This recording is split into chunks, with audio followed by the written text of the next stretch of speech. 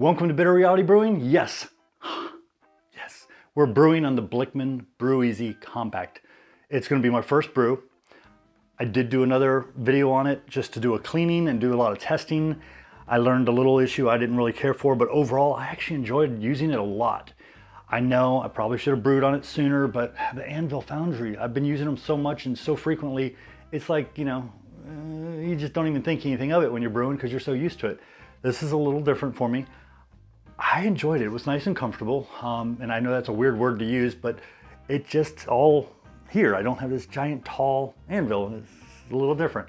Some big heavy equipment out front, but we'll go over that when we go to the brew.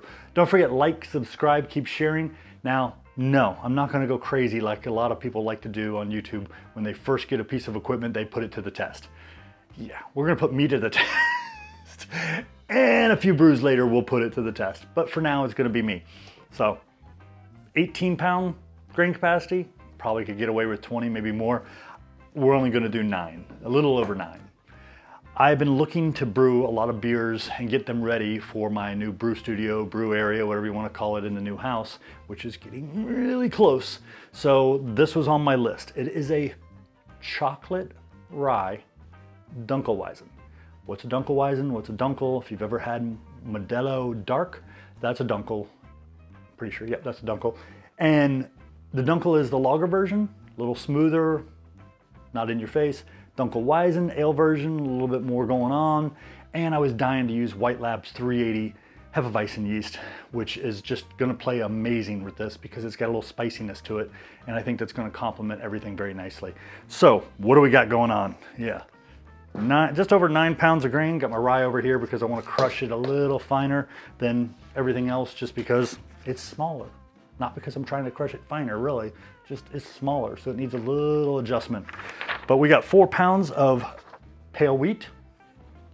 It's usually 50-50. Technically, this is almost 50-50 since I'm using other kind of barley adjuncts, but yeah, whatever, it's close enough. 3 pounds, 12 ounces of Munich from Sugar Creek. Had a little bit of that Sugar Creek malt left over. My black Swan, if I can say that right, or Swain. Honey biscuit, I love that stuff.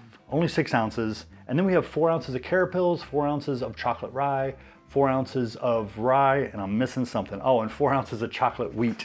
I don't know what it is about chocolate malts, but chocolate wheat compared to regular barley chocolate malt, the wheat is always so much smoother. It just is, and I enjoy it. So anytime I can brew with more wheat, I will, and yeah, it's in here.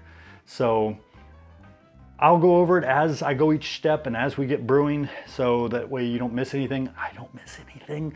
Because like I said, I'm putting me to the test and learning. All I've done is a cleaning on the system, and I'm looking on the outside, realizing I probably should clean the outside as well as I did the inside, but the inside looks immaculate. It's all great. Like I said, we're not gonna put that to the test this time around, but hey, let's get brewing. Okay, so I'm adding the brewing salts. Go ahead and dump that in there. I got a plastic spoon. I don't want to bang into the heating elements. I don't want to stir that up. Okay, I said I wasn't going to push the system. I'm not going to say I lied, I just changed my mind. Instead of doing a crush on my grain at 0.0375, which is what I do for the Anvil Foundry, I've decided, since I got this nice fine mesh, I'm like, you know what, let's go for 0.025. That's what I do with the rye, no matter what, because it's a smaller grain. But I've decided to just crush everything at 0.025 and see how it goes. I did put a fair amount of rice hulls in there, probably, I'm gonna say close to a solid 1/4 pound, maybe a little more. But we're gonna go ahead and get mashed in. I really don't wanna use my metal spoon up against that because I don't wanna damage anything over time. I mean, initially it won't do anything, but over time it could. So let's go ahead and get mashed in.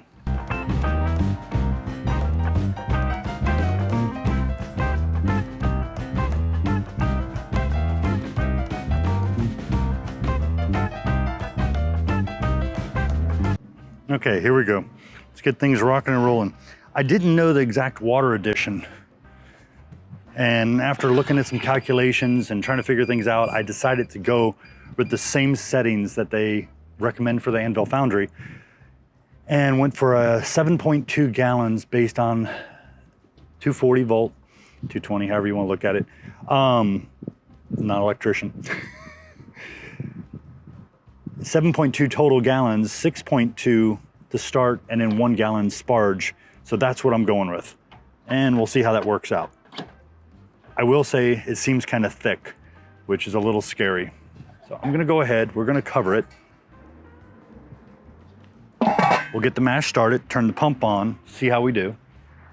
So it says we're sitting at 151.8, which is not good, but I'll go over here to the menu, go to my mash. I already have it set 149 for 75 minutes and then 168 for 10 minutes. So I'm gonna go ahead and say start, go back home, and my timer's going. So we are in mash and let that bad boy go. Hopefully the temperature will come back down a little bit. Let me get the pump going. So I turn the pump on over here. It doesn't come on because I have to come over here and I have to hit the pump. Okay, that's not good. Like I said, I need to learn. So my learning is turning the liquid on, letting liquid flow through it first. Okay, a little scary, not seeing liquid flowing. Oh, there it goes. There we go.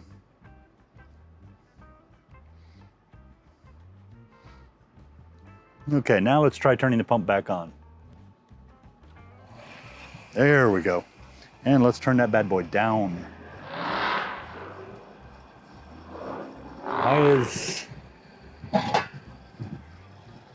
It's a little weird. Wonder if I just clogged something. Yeah, no, I'm good. There we go. We're gonna go up. And it recommends 0.75 gallons per minute. So I'm gonna bring it back down. I'm at a half. I'm dialing it in. There we go. We're just a hair below 0.75. I'm good with that. I probably should move this to remind myself. Okay, things are flowing. Let me see how it looks in here. Oh yeah, we're looking good. Things are moving. It did recommend stirring it every now and then. I know this is not exactly giving it any real time, and I was supposed to let it sit for 10 minutes. Learning a new system and forgetting the basics. Welcome to brewing. There we go. Okay, we'll let that bad boy go. Okay, we have about 10 seconds, 6 seconds, 5 seconds before we ramp up to 168. I'm gonna see how this goes. Okay, it's telling me it's done. It says ramp, and it says I have 10 minutes to ramp up, so we're gonna see how that goes. From my understanding, it should be pretty accurate, and if it's a little off, you can adjust it in the settings, but we'll let it go, see how it goes. Okay, just wanted to show you this. It was literally half a degree from 168, but I decided to be the idiot, open the lid and stir it. Yeah, some of the surface stuff wasn't quite as hot as the lower stuff, and yeah, temperature went down a little bit, but it's cranking right back up. What I was gonna say is we were probably gonna get there a little early on the ramp. Probably would have been there in less than 8 minutes instead of 10, but now, of course, no, hey, as I'm talking, we're there. And the ramp up's still going. It's a 10-minute 168, so I'm just gonna let it go. I'm not gonna dabble and fight with it because that'll take me at least a minute anyways. So we'll have a 12-minute at 168 and mash out, not a big deal. But I can adjust that in the future, and we'll see maybe a higher grain bed, more grains, more water. It probably would take the full 10 minutes if I had a full capacity going on. So may have to vary it based on the actual load, or adjust it based on load. And it went back down a little bit. It's okay. Okay, so I just got a mash complete, which is cool. And it alarmed twice actually. So I heard it the first time, but I hit okay. And I need to do the Sparge. So I'm gonna turn the pump off. Stop it this way. We'll come over here, stop the pump for a minute. There's still liquid in there. I did bring my gloves so I don't burn myself.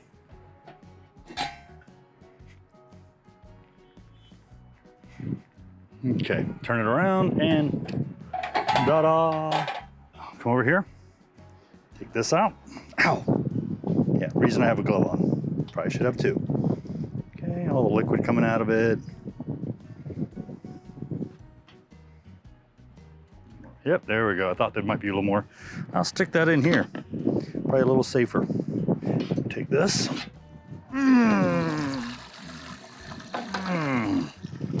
There we go.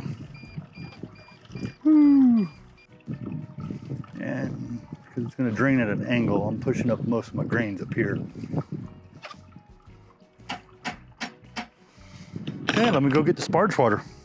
Sparge water is sitting at 169.2, which is just perfect.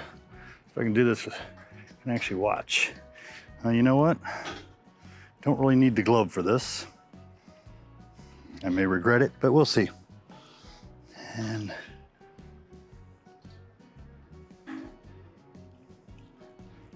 don't have anything to displace it, so I'm just going to have to pour it right over the top. Trying to get it as even as possible. Yeah, probably didn't do the best job, but that's okay. Let that go. Not sure why it's still alarming at me. Maybe it's telling me to hurry up and get ready for a boil. So we're gonna go ahead and work on that. Okay, I set the boil, it's heating up. It's at 170, it's gonna go up. Once it gets there, we'll start the boil timer. We have a 90-minute boil. I know everybody's thinking, 60 minutes. I'm learning how to use the system. We're going for 90. And then at 60, I have a hop addition.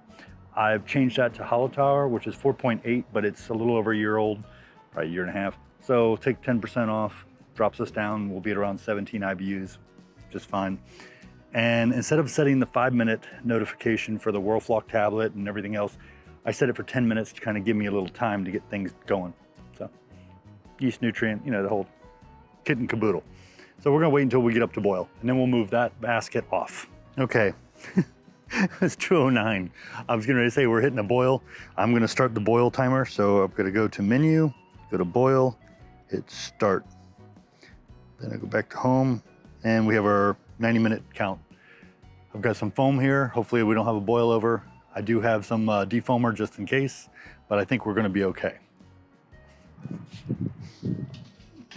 little trick I've done is take a little bit of wort that dripped off the remaining grain basket, and it'll bring it back down a little bit. There we go. And it's starting to break. Give it a little stir here.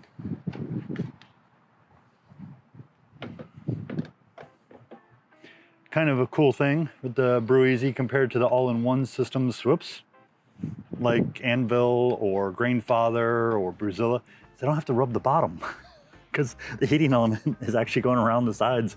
So no, not really necessary. I mean, stirring it from there, but that's fine. Okay, and we of course want to leave the lid off and let the boil go. You got a 90-minute boil at 60 minutes, but then 30 minutes after the boil starts. We're gonna go ahead and do our hop addition. Hopefully I set the timers right.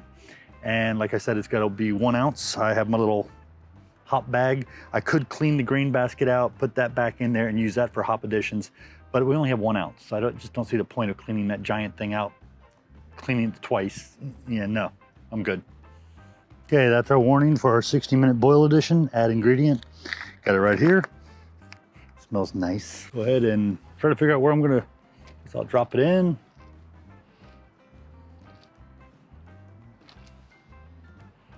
There we go. Not sure what I'm gonna hook it to.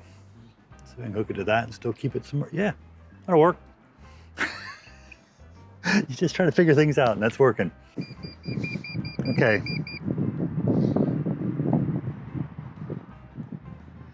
Time to add the yeast nutrient and the Whirlflock tablet, already pre-crushed up. There we go. That's it. So we're done. I'm gonna bring the temperature down. I'm gonna start running it through the Therminator, cool it down, and I'll show you that here shortly. So I got a big brew kettle. I put a bunch of ice, put my sump pump in it, and I'm just recirculating the water through here. This thing's nice and cold. Here's one of my issues. One of my issues with this is there's no way to disconnect this without wort spilling somewhere. So, Pyrex. Let's get this out of my way.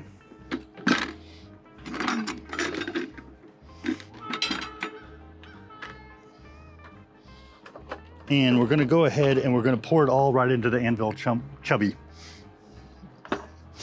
From Anvil, from KegKing. So I don't have the pump on yet. I'm trying to figure this out. wort in, wort out. So let me get my wort out part ready. And I'm just gonna anticipate that the wort's gonna be nice and cold. Or at least I'm hoping so.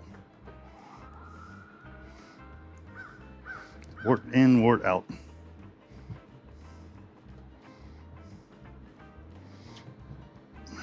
Stupid thing is leaking over here, but we'll worry about that later. Okay, as long as I can see the temperature. Right now it's showing 72, 74. It's just room air temperature, nothing special.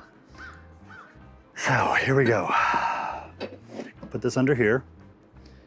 I'm gonna slide this off. Okay, there we go. And then I'm gonna pull it off. And say hope for the best. There we go. Okay, not so bad. Yeah. Let's go up. Fudge. Knew that was gonna happen. See if I can lift this up. There we go. And tighten it on. There we go. Okay, so I should be okay there. Now I've got to lift this up and get the wort out from under it. There we go.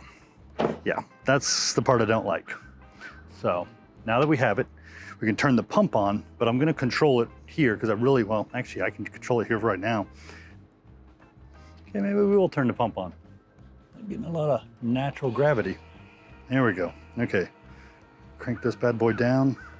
Okay, it's coming through. Let's pray that the temperature is nice. Doesn't feel hot. Oh, I'm getting 68, 66. These are beautiful temperatures. I'm gonna open it up a little more. Still staying around the 66, 64, 62. Wow. Talk about chilling.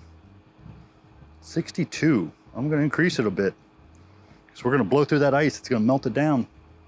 Okay, I'm gonna increase it even more. Okay, we're still staying, oh, we're up around 64, 66. I'm coming back down. I don't wanna get too hot since I'm going into a plastic fermenter. Okay, we're at 68, 70. I'm gonna lift it up. Stopping it again. Okay, so if you had enough ice or you lived up north, this wouldn't be a problem. But for me, it's gonna take a little while. We'll get it transferred and I'll let you know how much water I had to add to it because I'm pretty sure I'm gonna be just shy of 5 gallons and we'll get pitching the yeast. Long day as usual, but didn't seem quite as long. It's kind of a good thing. I enjoyed brewing on it. I'm definitely looking to do many, many more. Definitely gonna have to figure out my boil off. My boil off left me a ½ gallon short, just over a ½ gallon actually. I got it to right around 4.5 gallons. I had to add 64 more ounces of distilled purified water, whatever you want to call it. Took a gravity reading with the EasyDens, like I said, links below. It'll get to a discount, but basically I was at 1.058. I did a dilution and it said, yep, you need 64 ounces of water, which was exactly what I was shy, a ½ gallon. So I did that. I'm down at 1.050, puts me at 75% efficiency. Okay with that on a first run. I'm great with that actually.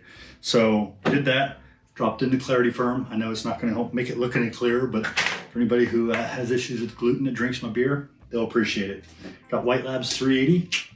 Looking to get some spiciness going in here with this chocolate and rye. Yeah, got it in the Anvil / KegKing Chubby. Not sure if I want to do pressure fermentation yet. I might actually, but oh God. One key I like with pressure fermentation, more with the lagers than the ales, is that it's so cold already, I can instantly just try it and it's, yeah. You can still do it with the ales, you just gotta cold crash them first, but hey, it's all good. Smells nice.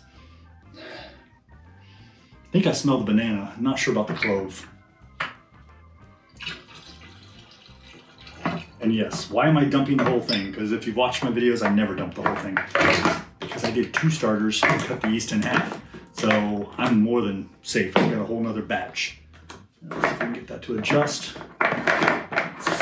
Screw that on. And we're sitting at 75 Fahrenheit right now, a little on the higher side. I'm gonna bring it down. I believe 68 is ideal for that yeast. I'm gonna double check, of course, be safe. Got a 15 PSI relief valve just for safety in case I decide to go pressure and forget to put the piece on. I've been there, almost done that. So either way, good day, had fun, gotta go clean, gotta get this chilled down a little bit more, and enjoying a little Veterans United, POW MIA, great West Coast IPA. A little on the hazy side, but it still tastes good and flavor's king. So, and put it on my little coaster where I was, my little Yakima Hops coaster. So let's get that fermenting and we'll get it on down. I got the tilt in there. Tilt's reading the same as the EasyDens, which is good. Initially it wasn't, and I was a little concerned, but I think it was because of all the bubbles from oxygenating everything, you know, getting everything all shaken up. But thank you again for joining us here at Bitter Reality Brewing. Don't forget to hit like, subscribe. Definitely appreciate the shares. We'll do a taste test next. Cheers.